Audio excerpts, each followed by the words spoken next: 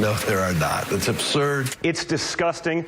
It's so phony. I mean, I can't think of bigger lies. Did anyone involved in the Trump campaign have any contact with Russians trying to meddle with the election?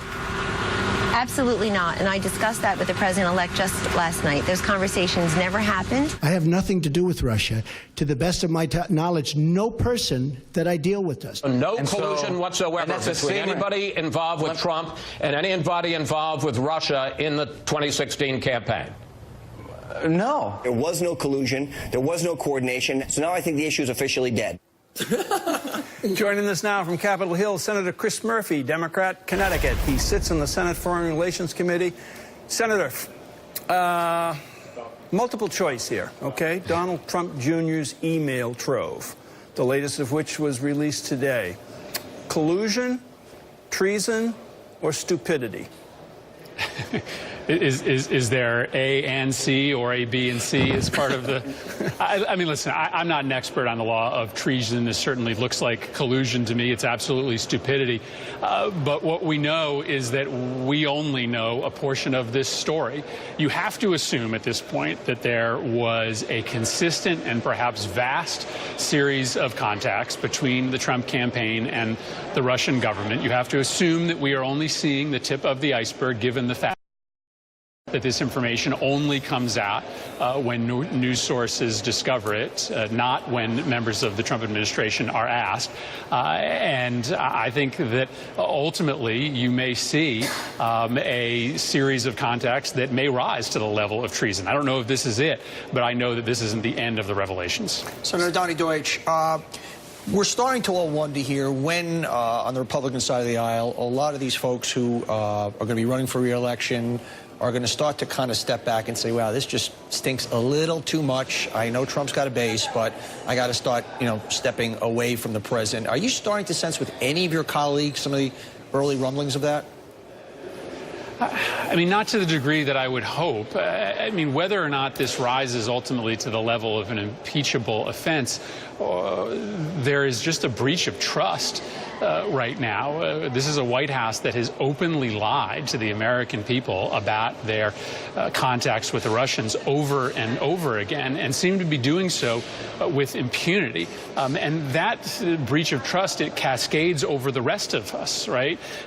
People lose faith in government at every level when they have their top elected leader and his top people lying at this kind of dizzying rate. So this should matter to all of us, but I haven't seen that from my Republican colleagues yet. Senator Peter Baker is also with us from the New York Times. And Peter, I want to ask you what Senator Murphy was just talking about with Donnie, the level of reality in the White House. We all know that presidents inevitably get isolated, their staffs can get isolated, but there's a level of reality here that is apparent to many people in the media and in this country.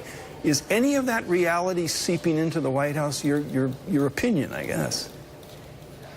Well, I think there's a lot of people in the White House, at least some people in the White House, who are disturbed happening here. If nothing else, they think it's they're frustrated because it is in fact distracting from any positive agenda that they might want to get through. So you hear not on the record, but you hear aides of the president, advisors of the president, people in the inners and outer circles sort of shaking their head with exasperation at what they consider to be the poor judgment exhibit here. There are debates about how transparent they should be in their responses and these statements that we've been seeing over these last few days. So there's a real debate going on inside the White House about what to do, how to handle this, and what it means going forward.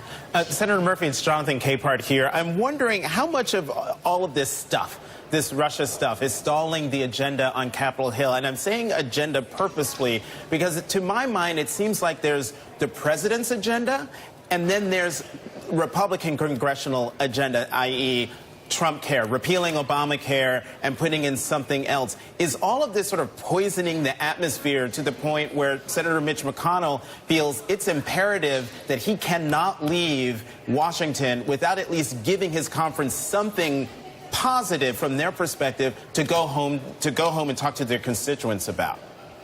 So I had always worried that when the Russia story was at a low boil, that it was actually helpful to the Republican Senate's agenda, that it distracted the American public from these secret negotiations to try to pass a bill that robbed health care from 23 million Americans. But on a day like today, where this issue has reached such a fever pitch, where people are throwing around words like treason, that clearly is not helpful to them, in part because they know they're dealing with a bill, a health care bill, that is wildly unpopular amongst the American public. They know that they are going to take an electoral hit if they vote for it, and now they're less willing to do that because it's compounded at the ballot box by downward descent of their president, of the Trump administration. So I think when it gets to this fever pitch, it frustrates their agenda. But I think on days when there's just a drip, drip, drip of new allegations and new information coming out on Russia, it may actually aid their efforts to do this surreptitiously. Senator, it's Bianca Golodriga. All this attention obviously focused on Don Jr., but of all the people who met with this Russian lawyer, only one is currently serving in the administration as a top advisor with top security clearance to the President of the United States, and of course that's Jared Kushner. What do you think this revelation means going forward for that security clearance, and do you expect it to be lifted and revoked? Well, in a normal world, we wouldn't be talking about security clearances. Jared Kushner would have been fired about 4 hours ago. The fact is, he allowed for his father-in-law, the President of the United States, the Vice President of the United States, and many other spokesmen to go out and repeat a lie day after day after day, that no one in the Trump operation met with the Russian government or operatives of the Russian government. He watched those individuals go out and engage in that parade of lies. Now, maybe they knew they were lies, but giving them the benefit of the doubt, Jared Kushner at least knew that they were lies. And so if this were a normal political world, Jared Kushner wouldn't have a job by the end of today. And at the very least, he should absolutely have his security clearance revoked. But we don't live in a normal world. I think their hope is that there will be a new tweet tomorrow morning, a new distraction that will move the American public and cable news onto something else. I think this might be big enough that that hope will fade quickly. Well, and Senator, I'd like to get your view on something else off of this topic, and it is this.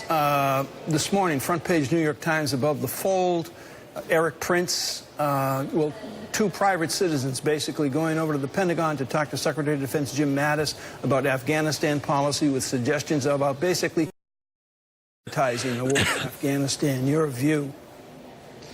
Well, Eric Prince has been the beneficiary of a, large-scale privatization of military operations going back to the beginning of the Afghanistan war. I got the chance to question him before a House hearing about 6 years ago, asked him to disclose how much money he was making, how many millions of dollars he was making off of U.S. taxpayer contracts. He refused to tell us. This isn't anything new, but the scale of privatization that he may be suggesting in Afghanistan is new, and it's a reminder that the longer we stay in Iraq and Afghanistan, we are making this country less safe by and large, and we are enriching people like Eric Prince along the way.